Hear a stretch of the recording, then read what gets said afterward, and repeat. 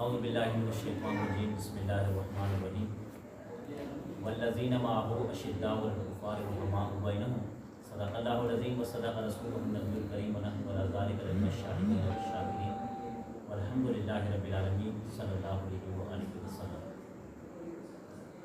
ذو الحجہ کا مہینہ اسلامی تاریخ کے حساب سے سال کا آخری مہینہ ہوتا ہے۔ اس کے بعد اسلامی سال کا نیا آغاز ہوتا ہے۔ 22 ذی الحج کو حضرت عثمان غنی رضی اللہ عنہ کی شہادت باسعادت ہوئی ہے۔ حضرت عثمان غنی رضی اللہ عنہ صحابہ کرام میں وہ درجہ رکھتے ہیں کہ یہ درجہ کسی دوسرے صحابی کو نہیں ملا۔ ایک لقب آپ کو ملا کہ ذو النورین، دو نور والے، دو روشنیوں والے۔ اس کی خاص وجہ ہے کہ آپ کو ذو النورین کیوں کہتے ہیں۔ پہلی بات، آج میں سب سے پہلے آپ کے سامنے کچھ تفصیل حضرت عثمان غنی رضی اللہ عنہ کی رکھنا چاہتا ہوں کہ حضرت عثمان غنی رضی اللہ عنہ کی فضائل اور آپ کی اسلام کے لیے قربانی ہے۔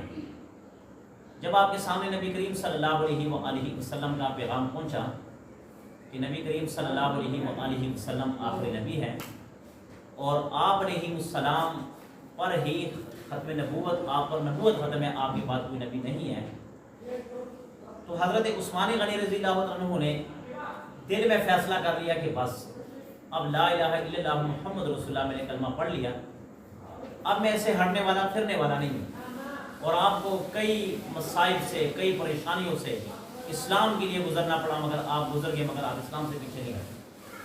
حتیٰ کہ یہاں تک بھی دیکھنے میں ملا ہے کہ حضرت عثمان غنی رضی اللہ عنہ کو گھر سے نکال دیا گیا، مگر آپ نے کہا کوئی بات نہیں، میں نبی کریم صلی اللہ علیہ وآلہ وسلم کی ذات گرامی کو نہیں چھوڑ سکتا۔ تو آپ نبی کریم صلی اللہ علیہ وآلہ وسلم کے ساتھ مل گئے، آپ نے کلمہ پڑھ لیا، آپ نے کسی کی پرواہ نہیں کی، نہ رشتہ دار کی پرواہ کی، نہ چچا کی پرواہ کی، نہ کسی غیر کی پرواہ کی۔ آپ نے فرمایا کہ اگر پرواہ ہے تو وہ جناب نبی کریم صلی اللہ علیہ وآلہ وسلم کی ذات گرامی کی پرواہ ہے، اس کے علاوہ مجھے کسی کی پرواہ نہیں۔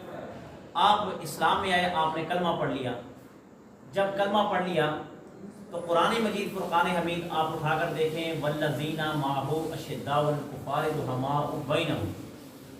یہ جو رحماء بینہم ہے نا، یہ لفظ یہ حضرت عثمان غنی کے بارے میں ملا ہے، اور عثمان غنی رضی اللہ عنہ کے بارے میں اللہ رب العزت نے نبی کریم صلی اللہ علیہ وآلہ وسلم پر اتاری ہے کہ حضرت عثمان غنی کی دل کی تعریف کی کہ آپ کتنے رحم دل ہیں، آپ کتنے نرم دل ہیں، اتنے نرم دل، اتنے نرم دل کہ اگر کسی نے آپ کے دروازے پر دستک دے دی اور دستک دے کر یہ کہا کہ میرے حالات بہت خراب ہیں، مجھے کچھ کھانے کے لیے دیجیے، تو حضرت عثمان رضی اللہ عنہ کبھی نہ کرتے۔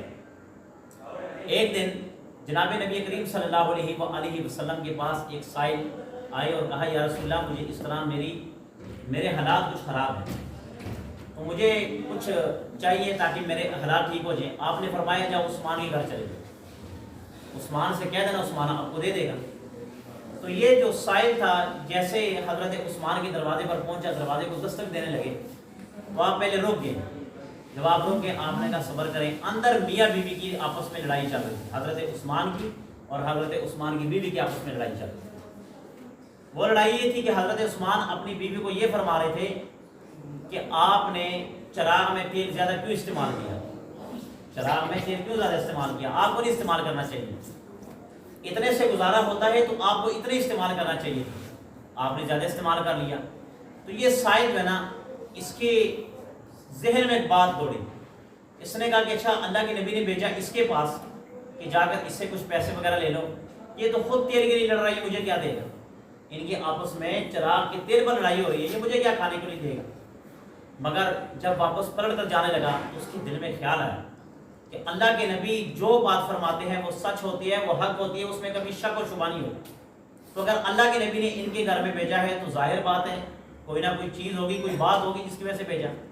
آپ نے جب دستک دی نا، دستک اس طرح اللہ کے نبی نے بھیجا ہے اور کہا کہ میری مدد کرو، تو حضرت عثمان غنی رضی اللہ عنہ نے اتنا ایک تھیلا نہ ایک تھیلا نکال کر جو درہم اور دنانیر سے بھرا ہوا تھا، درہم اور دنانیر سے بھرا، اور اس کے ہاتھ میں پکڑا دیا اور کہا کہ جا لے جا۔